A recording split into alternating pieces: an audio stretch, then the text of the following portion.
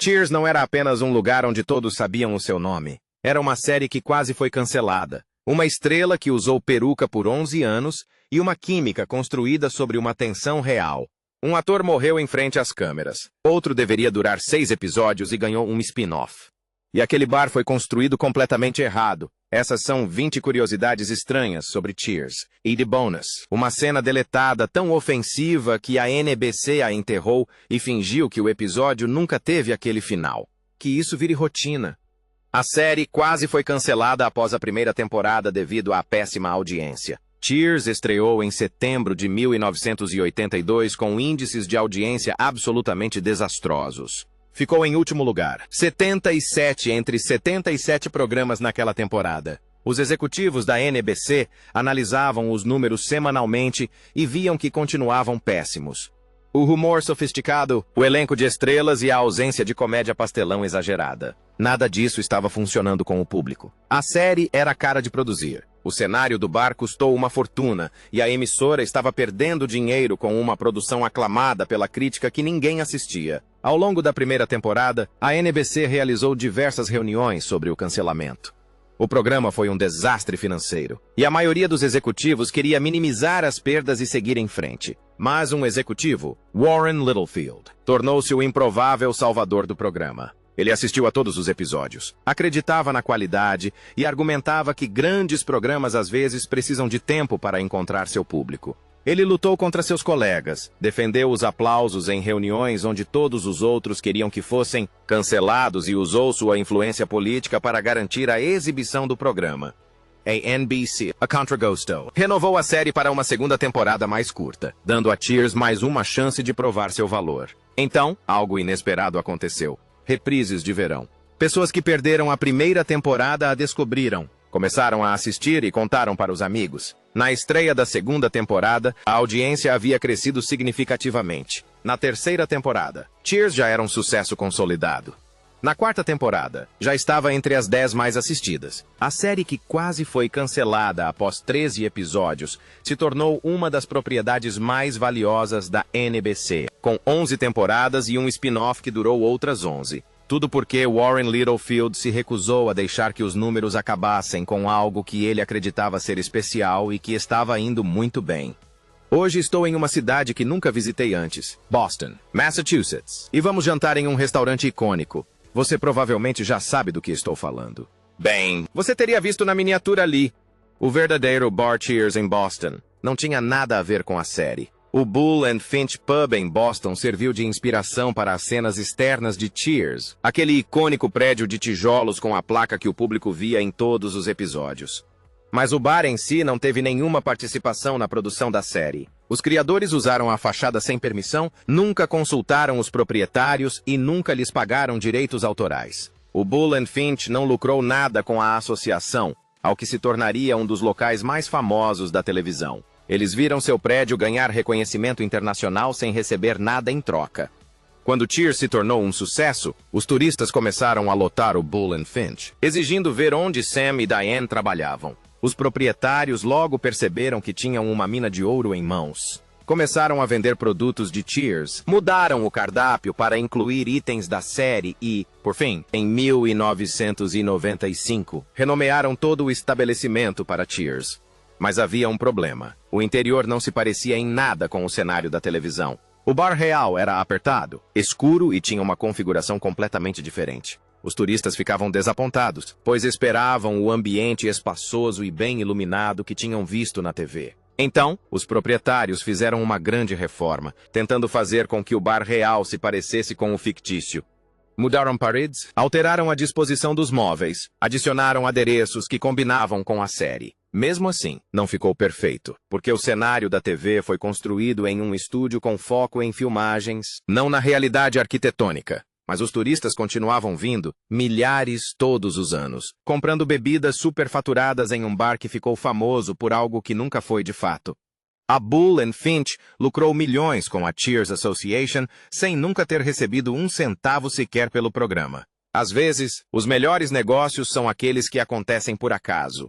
Cheers é gravado diante de uma plateia ao vivo. Só queria dizer que é um prazer finalmente conhecê-la, Senhora Chambers. Ted Danson usava peruca. Ao longo de toda a série, o cabelo grosso e lustroso de Sam Malone era uma de suas características marcantes. O ex-jogador de beisebol que se tornou bartender, desejado por todas as mulheres, cuja aparência fazia parte de sua identidade, mas era completamente falsa. Ted Danson vinha perdendo cabelo desde o início dos seus 20 anos e estava significativamente calvo quando fez o teste para Cheers. Ele usou uma peruca feita sob medida para o teste e os produtores nunca souberam que não era seu cabelo de verdade. Eles o escalaram acreditando que ele tinha aquela aparência natural. Danson manteve o segredo durante todas as 11 temporadas. Cada episódio exigia uma preparação meticulosa. A peruca tinha que ser aplicada com precisão, fixada para não se deslocar durante as cenas de comédia física e mantida em constante manutenção para parecer natural sob as luzes do estúdio.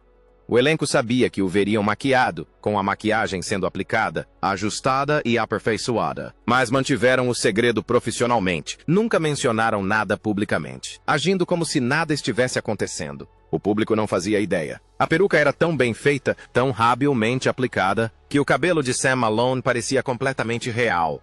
Danson só revelou a verdade anos depois do fim da série. Em entrevistas, ele mencionava casualmente a peruca e as pessoas ficavam chocadas. Os fãs voltavam a assistir aos episódios tentando encontrar indícios, mas não havia nenhum. A ilusão era perfeita. Mais tarde, Danson disse que era grato pela peruca, pois ela lhe permitiu interpretar um personagem cuja beleza era crucial para o papel. Sem isso, Sam Malone não teria funcionado. Às vezes, os melhores efeitos especiais são aqueles que ninguém percebe por 11 anos. Shelley Long queria sair após a terceira temporada. Diane Chambers era para ser o papel que alavancaria a carreira de Shelley Long, o papel que a lançaria para o estrelato, e de fato lançou. Mas Long estava infeliz. Na terceira temporada, ela passou a odiar interpretar Diane. Sentia que a personagem estava se tornando repetitiva, que a dinâmica entre Sam e Diane já havia sido explorada à exaustão, e que sua criatividade estava sendo sufocada pela televisão em formato de sitcom. Ela queria fazer filmes, teatro, trabalhos dramáticos. Então procurou os produtores e pediu para ser liberada de seu contrato após a terceira temporada. A NBC recusou? Absolutamente. Cheers finalmente se tornou um sucesso, e Diane foi essencial para isso. A emissora ameaçou processá-la caso quebrasse o contrato. Lembrou-a de que havia assinado por 5 temporadas e deixou claro que sair não era uma opção. Long estava presa nessa situação. Ela tentou negociar, ofereceu concessões, sugeriu que reduzissem seu papel. Nada funcionou. A NBC precisava dela e faria valer todas as cláusulas do contrato para mantê-la. Assim, ela permaneceu nas temporadas 4 e 5, visivelmente ressentida, mal conseguindo disfarçar sua frustração. Sua infelicidade era visível na tela para quem soubesse onde procurar. A energia mudou. A atuação tornou-se mais mecânica, menos espontânea. Nos bastidores, Long parou de socializar com o elenco. Ficava em seu camarim entre as gravações. Contava os episódios até o término do seu contrato. Quando a 5ª temporada terminou, ela saiu imediatamente, recusando todas as ofertas de renovação. A série teve que se reinventar completamente sem ela. Long conquistou sua liberdade, mas queimou pontes no processo. Mais tarde, ela admitiu como se desvinculou permanentemente de relacionamentos problemáticos. Dar um tempo de todas as suas preocupações certamente ajudaria muito. Você não gostaria de se afastar um pouco? A música tema Almost Didn't Happen, Where Everybody Knows Your Name, é uma das mais icônicas da televisão, instantaneamente reconhecível e que captura perfeitamente o espírito da série, mas que quase não existiu. Inicialmente, os produtores queriam uma música completamente diferente. A primeira opção era uma peça instrumental, com um toque de jazz e sofisticação, que foi péssima nos testes com o público. A segunda opção era uma canção com letra diferente, que parecia animada demais e não combinava com a atmosfera melancólica do espetáculo. Ambas foram rejeitadas na reta final da produção, deixando o espetáculo sem um tema definido. Gary Portoy e Judy Hartangelo foram contratados como último recurso para compor algo rapidamente. Eles entregaram algo que deixou todos sabendo o nome da série, e os produtores imediatamente se preocuparam. A letra era muito óbvia, sentimental demais. Declarava de forma muito explícita o tema da série. Eles temiam que isso fizesse Cheers parecer piegas, como uma série que precisasse se explicar para o público. Os executivos debateram a possibilidade de cortar a música completamente e usar música instrumental em seu lugar. Talvez até começar o episódio com cenas frias, como algumas comédias faziam. Mas o público de teste adorou. A música teve uma avaliação melhor do que qualquer outro elemento do episódio piloto. As pessoas se lembravam dela, cantarolavam, se conectavam emocionalmente com ela. Justamente o que preocupava os produtores, o teor explícito e o sentimentalismo, foi o que fez a música funcionar. Inicialmente, eles a mantiveram com relutância, mas depois com orgulho, à medida que se tornou parte da identidade do programa. Portnoy disse mais tarde que havia escrito dezenas de temas para a TV que ninguém se lembra, mas aquele que os produtores quase cortaram se tornou o que todos conhecem. Às vezes, as escolhas mais memoráveis são aquelas que as pessoas quase rejeitam por serem exageradas. Nicolas Colasanto estava morrendo durante a terceira temporada. Nicolas Colasanto interpretava Coach, o doce e confuso barman, que era um dos personagens mais queridos de Cheers. Mas durante a terceira temporada, ele estava secretamente morrendo. Colasanto havia sido diagnosticado com um problema cardíaco grave, mas escondeu isso do elenco e da equipe, contando apenas aos produtores, que juraram segredo. Ele não queria pena, não queria ser retirado da série, queria trabalhar enquanto seu corpo aguentasse. Então, ele aparecia todos os dias, gravava suas cenas e fingia que nada estava errado. Mas a doença era visível para qualquer um que prestasse atenção. Colasanto estava se deteriorando rapidamente. Ele esquecia as falas constantemente, tinha dificuldades com movimentos físicos e parecia exausto em todas as cenas. Os diretores tiveram que adaptar as filmagens às suas limitações, reduzindo seu tempo em cena e dando-lhe cenas em que ele podia ficar sentado. O elenco percebeu que algo estava errado, mas não sabia o quê.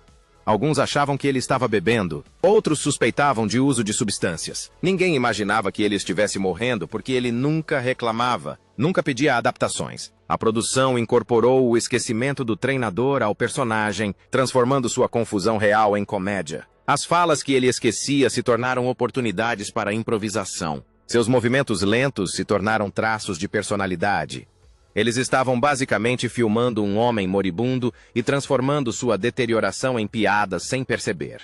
Colasanto morreu em fevereiro de 1985, e o elenco ficou devastado. Eles trabalharam com ele por 3 anos sem saber que ele estava em fase terminal. A série dedicou a estreia da 4ª temporada à sua memória, aposentando o personagem do treinador em vez de substituí-lo, honrando-o ao torná-lo insubstituível. Woody Harrelson foi escolhido para o papel porque não se parecia em nada com Nicolas Colasanto. Quando Nicolas Colasanto faleceu, a série Cheers enfrentou uma decisão difícil. Substituir o treinador por outro personagem de bartender ou fingir que ele nunca existiu. Optaram pela substituição, mas com uma regra crucial. O novo personagem tinha que ser completamente diferente, tanto fisicamente quanto em personalidade, para que o público não os comparasse. Os produtores realizaram testes especificamente para atores que não compartilhassem nenhuma das características de Santo. O treinador era baixo, ataracado, moreno, mais velho, esperto, mais confuso. Eles queriam alguém alto, magro, loiro, jovem e inocente. Woody Harrelson entrou na audição e era exatamente o que eles precisavam. 24 anos, caipira, inocente, fisicamente o oposto do treinador em todos os sentidos. Seu personagem, Woody Boyd, foi escrito como ingênuo, não confuso, vindo do interior de Indiana, não das ruas de Boston.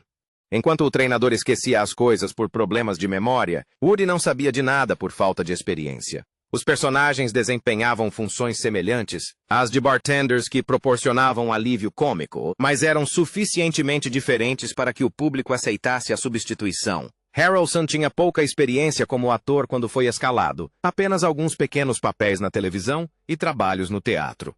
Nos primeiros episódios, ele estava nervoso, sem saber se conseguiria preencher o vazio deixado pelo treinador. Mas seu charme natural e timing cômico conquistaram o público rapidamente. Ao final da 4ª temporada, Woody Boyd já era adorado por si só, não como substituto do treinador, mas como um personagem único. O contraste intencional funcionou perfeitamente. Harrelson permaneceu na série pelas 8 temporadas restantes, tornou-se um astro e lançou uma carreira cinematográfica que continua prosperando.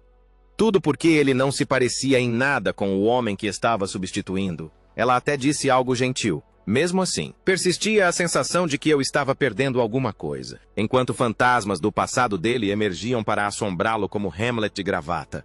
Frasier Crane deveria aparecer em 6 episódios. Quando os produtores precisaram de um novo interesse amoroso para Diane na 3ª temporada, criaram o Dr. Fraser Crane, um psiquiatra pomposo que proporcionaria debates intelectuais e tensão romântica. Kelsey Grammer fez o teste, interpretou com perfeição o intelectualismo pretensioso e foi escalada para um arco de 6 episódios.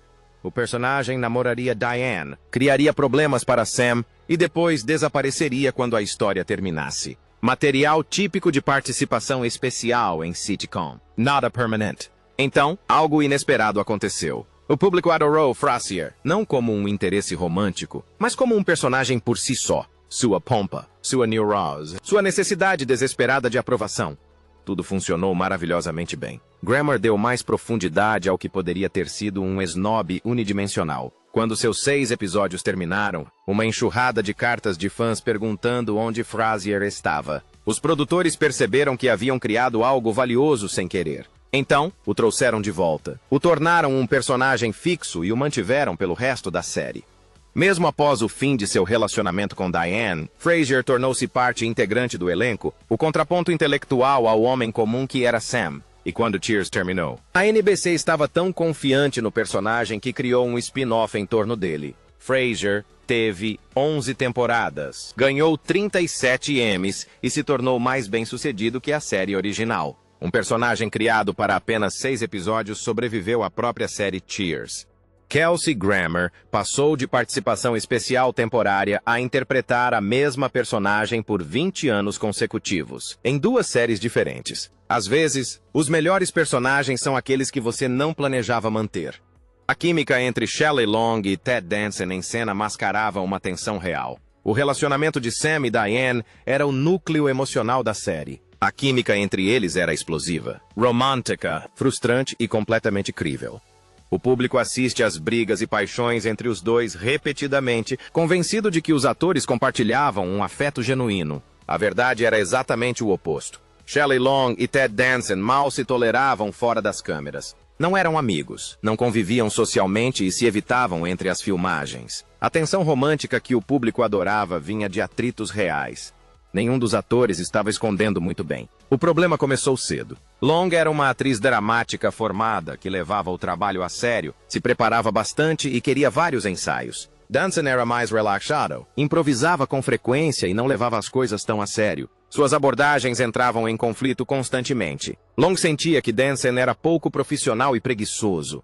Danson achava Long rígido e controlador. Provavelmente, ambos estavam certos. As diferenças criativas se transformaram em diferenças pessoais. Na segunda temporada, eles se comunicavam principalmente por meio de outros membros do elenco ou da equipe. Mas eis a parte estranha.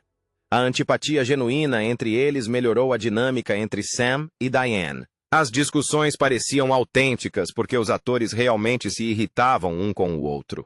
A tensão romântica funcionava porque havia tensão real. Os diretores aprenderam a usá-la, às vezes frustrando deliberadamente um ou ambos os atores antes das cenas românticas para obter emoções mais autênticas. Quando Long saiu após a 5ª temporada, Danson ficou aliviado. Mais tarde, ele admitiu que trabalhar com ela era exaustivo, que temia as cenas românticas e que a saída dela tornou o trabalho mais fácil. Às vezes, uma ótima química não requer química nenhuma. A série de televisão Cheers, claro, e eu vou entrar para dar uma olhadinha e convido vocês a virem comigo. O cenário do bar estava completamente errado do ponto de vista arquitetônico. O interior do bar Cheers é um dos cenários mais icônicos da televisão. Instantaneamente reconhecível e aparentemente realista, mas arquitetos que o analisaram confirmam que não faz o menor sentido espacial. A sala de bilhar, o escritório de Sam, o porão e vários outros espaços aparecem em locais que não poderiam existir, considerando a fachada do prédio. Portas levam a cômodos que estariam fora da área construída. Escadas conduzem a áreas que não se encaixam arquitetonicamente. Toda a planta é impossível. Os designers de produção construíram o cenário, priorizando as necessidades da filmagem em detrimento da realidade arquitetônica. Eles precisavam de espaço para câmeras, equipe e equipamentos de iluminação. Precisavam de áreas diferentes para as diversas cenas, sem ter que derrubar paredes o tempo todo. Então, criaram um bar que funcionava perfeitamente para a televisão, mas que não poderia existir na vida real. A sala de bilhar, por exemplo, é mostrada através de uma porta que dá para o bar principal. Com base nas tomadas externas, aquele cômodo estaria suspenso no ar, do lado de fora do prédio. O escritório de Sam está posicionado onde deveria estar a fachada do edifício. Ninguém se importou porque parecia certo. O bar tinha um ar autêntico, vívido, como um verdadeiro estabelecimento de Boston. O público aceitou a disposição dos cômodos porque o design era tão forte, tão consistente, tão bem executado que questionar a arquitetura nunca lhes ocorreu. Apenas arquitetos e fãs obcecados perceberam as inconsistências. O cenário tornou-se tão icônico que, ao recriá-lo para o episódio de Frasier, em que o elenco o visita, os designers tiveram que trabalhar a partir de fotografias, pois as plantas originais eram arquitetonicamente absurdas. Às vezes, o melhor design ignora completamente a realidade. George Wendt ganhou 32 quilos durante a série. Quando foi escalado para o papel de Norm Peterson em 1982, ele era corpulento, mas não enorme. A entrada icônica do personagem, atravessando a porta ao som de todos gritando "Norm!", e tornou-se marcante, assim como sua presença física. Ao longo de 11 temporadas, Wendt ganhou aproximadamente 32 quilos, transformando-se de um cara grande em alguém cujo tamanho se tornou inseparável do personagem. O ganho de peso não foi roteirizado nem planejado. Foi real, acontecendo gradualmente enquanto Wendt lutava com as exigências da agenda, a disponibilidade de comida e seus próprios hábitos alimentares. Os produtores inicialmente tentaram esconder. Os figurinistas o vestiram com cores mais escuras, evitaram roupas justas e o posicionaram atrás do balcão em planos mais abertos, mas o ganho de peso era significativo demais para ser disfarçado. Na quarta temporada, ficou óbvio que Norm estava engordando. Então, em vez de lutar contra isso, os roteiristas incorporaram a mudança à série. Piadas sobre o consumo de cerveja de Norm, seu amor por comida e seu estilo de vida sedentário se tornaram mais frequentes. O tamanho do personagem se tornou parte de sua identidade, mais uma camada de quem Norm era. Wendt lutou em particular contra o ganho de peso. Ele sabia que não era saudável. Novas pessoas comentavam, e ele se sentia constrangido, apesar de estar fazendo tudo para dar risada. Tentou várias dietas entre as temporadas, mas não conseguiu mantê-las durante a produção. A agenda exigente, o stress, a disponibilidade constante de comida no set, tudo isso contribuiu para o seu declínio. No episódio final da série, ele estava significativamente mais pesado do que quando começou. E a transformação era visível em cada episódio. A personagem que o público adorava teve um preço físico. O ator sofreu as consequências por anos após o fim da série. Rhea Perlman engravidou 4 vezes durante as filmagens. Os vários filhos de Carla Tortelli não eram apenas características da personagem. Eram necessidades criadas pelas gravidezes reais de Rhea Perlman. Perlman engravidou 4 vezes durante a exibição de Cheer. E a cada gravidez a série teve que se adaptar. A primeira gravidez foi escrita de forma incompleta, com Carla tendo outro bebê como parte da trama.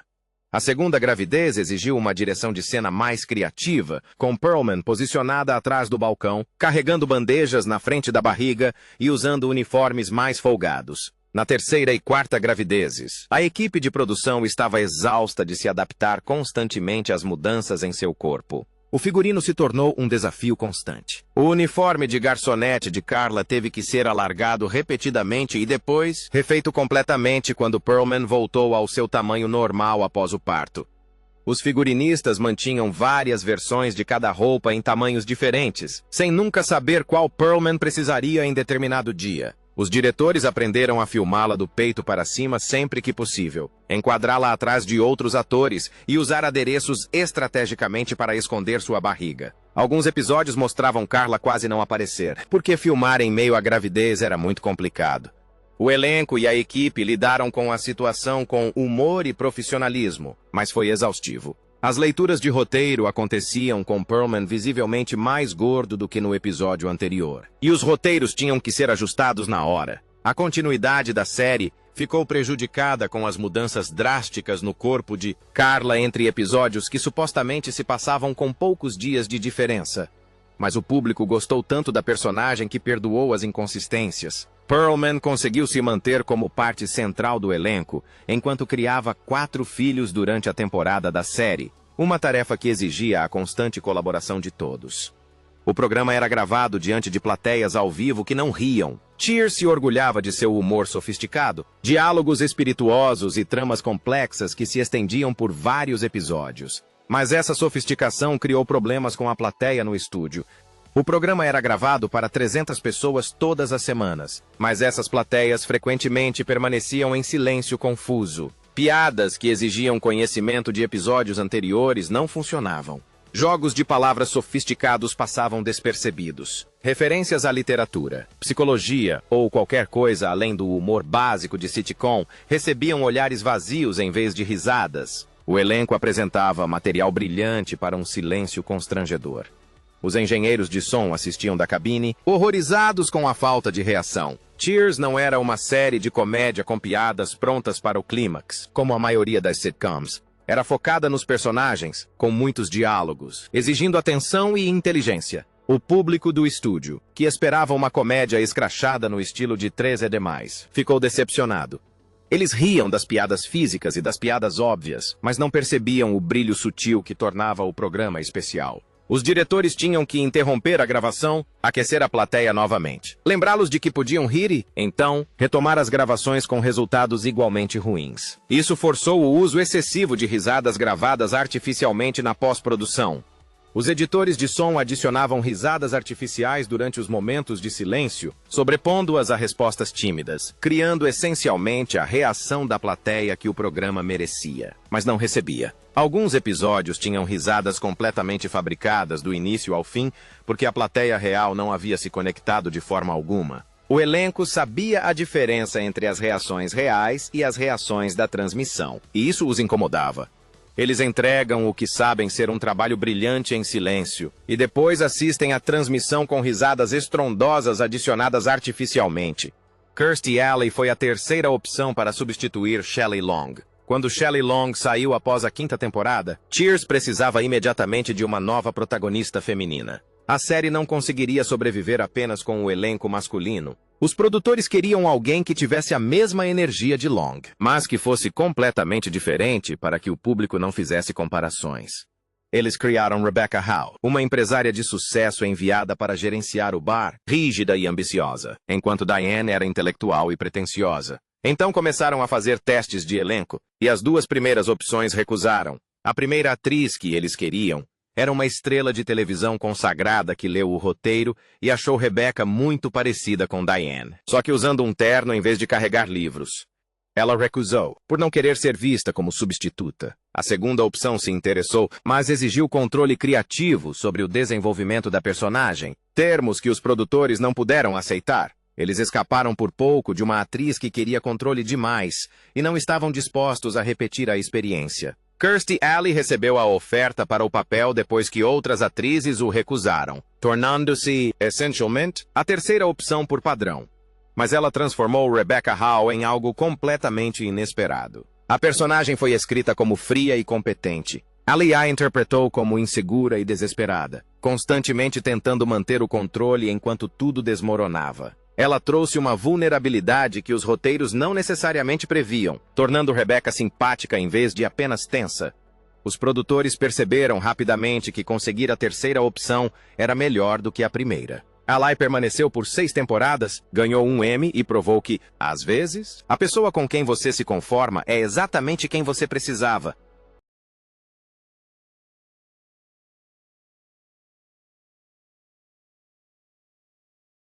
O comportamento mulherengo de Sam foi drasticamente atenuado após a 2ª temporada. As primeiras temporadas estabeleceram Sam Malone como um mulherengo assumido. Quase todos os episódios mostravam ele dormindo com mulheres diferentes, perseguindo clientes e tratando relacionamentos como conquistas. Isso era central para a sua personalidade. A do ex-jogador de beisebol, que trocou a fama pela validação sexual. Mas a NBC começou a receber reclamações. Grupos de discussão, principalmente com mulheres, consideravam Sam cada vez mais antipático.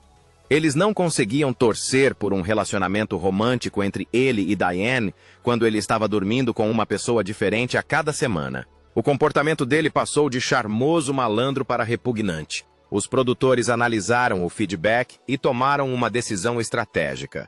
Reformar Sam gradualmente, tornando-o mais um protagonista romântico e menos um mulherengo. A partir da 3ª temporada, seu comportamento mulherengo diminuiu consideravelmente. Ele ainda flertava, ainda tinha seu passado, mas as conquistas amorosas se tornaram raras. Na quarta temporada, Sam era essencialmente monogâmico em seus relacionamentos, lutando com o compromisso em vez de evitá-lo com casos extraconjugais constantes. A transformação foi sutil o suficiente para que o público não percebesse conscientemente, mas o Sam Malone da sétima temporada era uma pessoa completamente diferente do Sam da primeira temporada. Ted Danson apreciou a mudança. Ele se sentia desconfortável com a sexualidade agressiva do Sam original, achando que isso limitava a profundidade do personagem. A versão reformulada permitiu que ele interpretasse vulnerabilidade, medo e emoções reais além do charme superficial. Mas alguns fãs sentiam falta do Sam original e achavam que a série o havia castrado para agradar aos grupos de foco. O personagem se tornou mais seguro, mais tradicionalmente simpático e menos interessante. Os produtores defenderam a escolha, apontando para os altos índices de audiência e as vitórias no Emmy. Sam amadureceu porque o público exigiu, e a série sobreviveu ao comprometer sua visão original. O episódio final foi reescrito 3 vezes. O final de Cheers foi um dos eventos televisivos mais aguardados de 1993. Após 11 temporadas, como a série terminaria? Sam e Diane ficariam juntos? O bar fecharia? Todos seguiriam em frente? Os roteiristas criaram vários finais, cada um rejeitado por diferentes motivos. Na primeira versão, Sam e Diane se reconciliavam definitivamente. Casavam-se e administravam o bar juntos. O público de teste odiou, achando que isso traía a personalidade de Sam e era muito conveniente. Na segunda versão, Sam vendia o bar e deixava Boston para seguir em frente. O elenco se revoltou, argumentando que o bar era tão personagem quanto qualquer um deles. Aquele final de Cheers, literalmente terminando com Cheers, parecia errado. Eles se recusaram a filmá-lo, forçando uma reescrita. A terceira versão trouxe Diane de volta, mas os dois se separaram novamente, reconhecendo que se amavam, mas não podiam ficar juntos. Sam ficaria no bar, sozinho, mas satisfeito, exatamente onde pertencia. Essa versão foi filmada, mas mesmo assim, os produtores debateram sobre mudá-la até o último minuto. Eles filmaram cenas alternativas, diálogos diferentes, vários momentos de tensão emocional. O final que foi ao ar, com Sam dizendo a um último cliente, "Desculpe, estamos fechados." Foi decidido poucos dias antes da transmissão. Parecia certo, agridoce, mas honesto. Sam e Diane não tiveram o final feliz que queriam porque a vida real não funciona assim. O bar permaneceu aberto porque era assim que Sam era. E o público aceitou, até adorou, depois de superar a decepção de não haver um final feliz. Às vezes, as melhores conclusões são aquelas que ninguém queria inicialmente.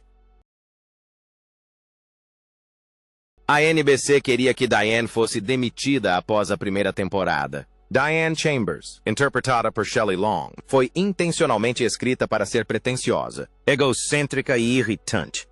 A graça estava em ver uma snob altamente instruída, presa em um bar da classe trabalhadora, completamente fora de seu ambiente. Mas a NBC assistiu à primeira temporada e viu uma personagem que os irritava, os deixava desconfortáveis. Parecia mais uma forma de avaliar do que de ser engraçada. As respostas dos grupos focais confirmaram suas preocupações. Muitos telespectadores acharam Diane insuportável, disseram que ela prejudicava a série e queriam que ela fosse embora.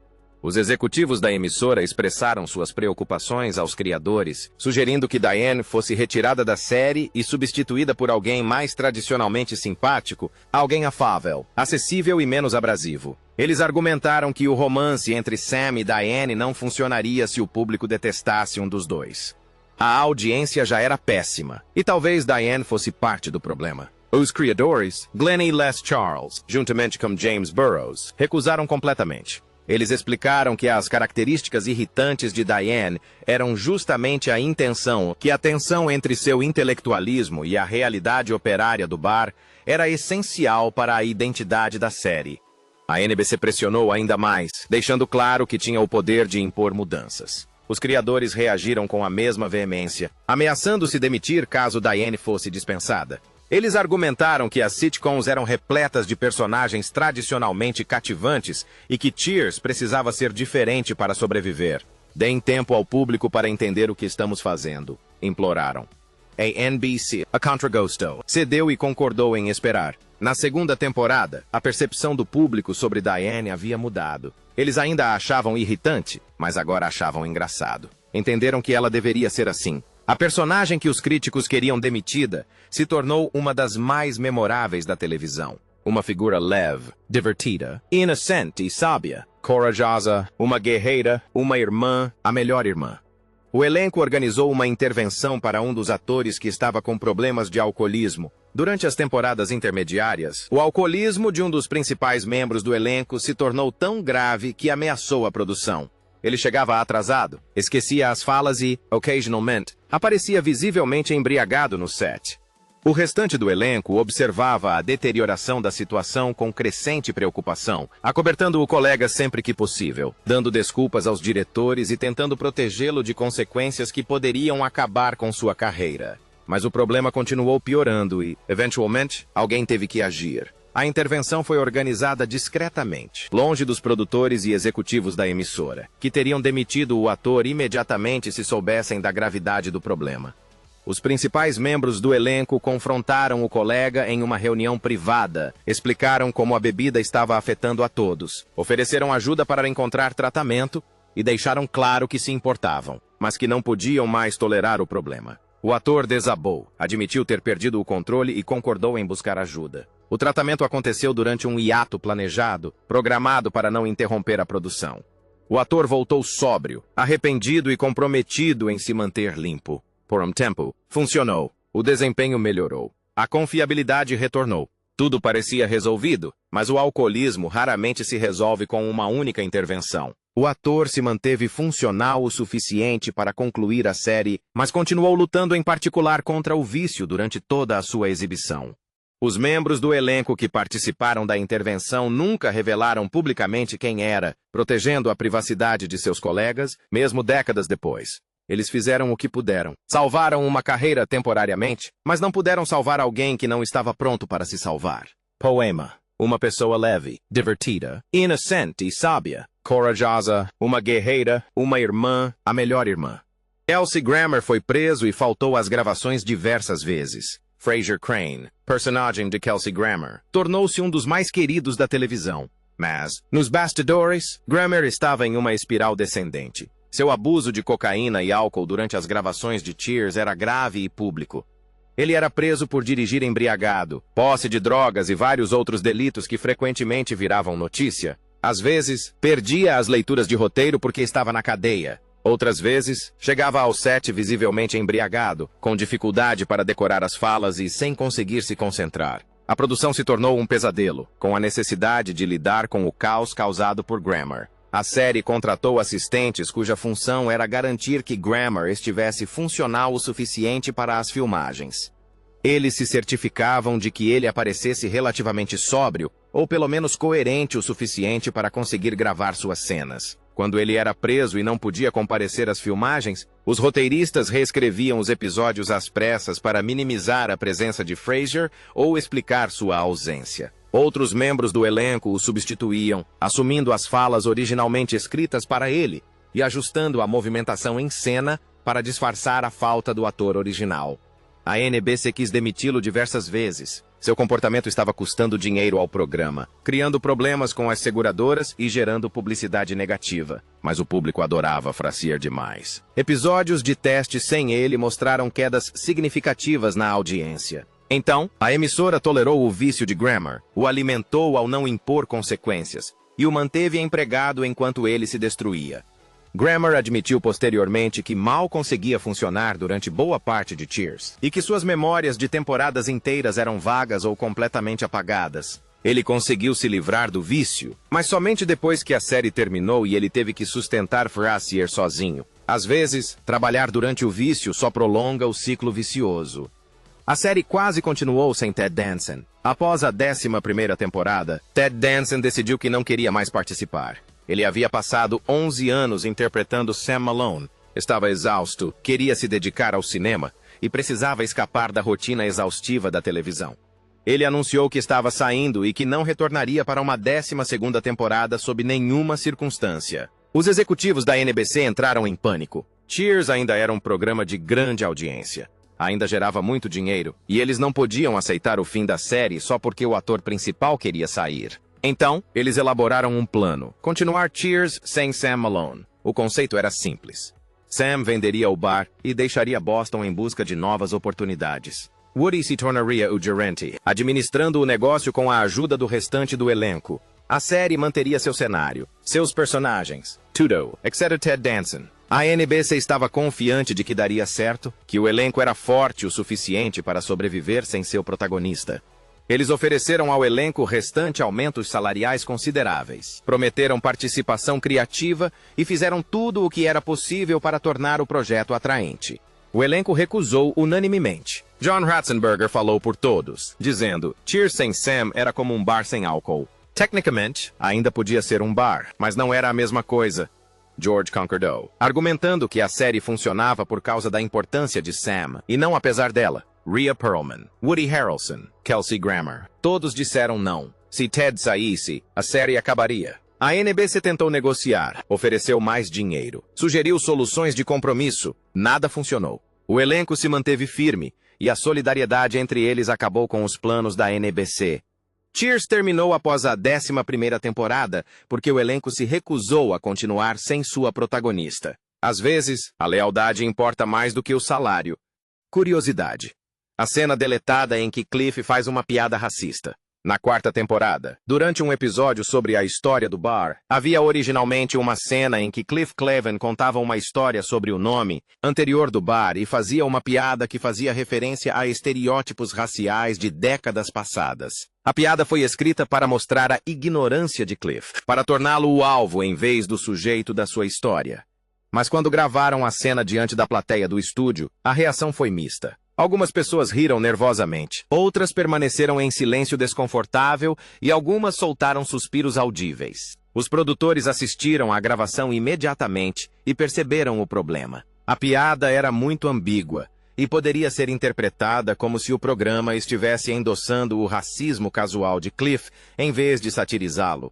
Embora a intenção fosse claramente retratar o personagem como tolo, a piada em si ultrapassou os limites e não soava engraçada, independentemente do contexto. Eles debateram se uma melhor abordagem da cena poderia salvá-la, se diálogos adicionais deixando claro que Cliff estava errado ajudariam. No fim, decidiram que nenhum contexto tornaria a piada apropriada. A cena foi cortada antes da pós-produção, substituída por uma história diferente, que era ignorant, mas não tinha conotação racial. A filmagem excluída nunca foi incluída nos lançamentos em DVD, nunca foi exibida em reprises, sendo essencialmente apagada da história da série. Membros do elenco que se lembram de filmá-la disseram que a piada parecia aceitável no papel, escrita por alguém tentando satirizar a ignorância. Mas ouvi-la em voz alta revelou o quão mal ela realmente funcionava. A NBC lacrou as gravações e o episódio foi ao ar sem qualquer indicação de que uma versão diferente sequer existiu. Às vezes, o que parece sátira no papel soa como endosso na prática.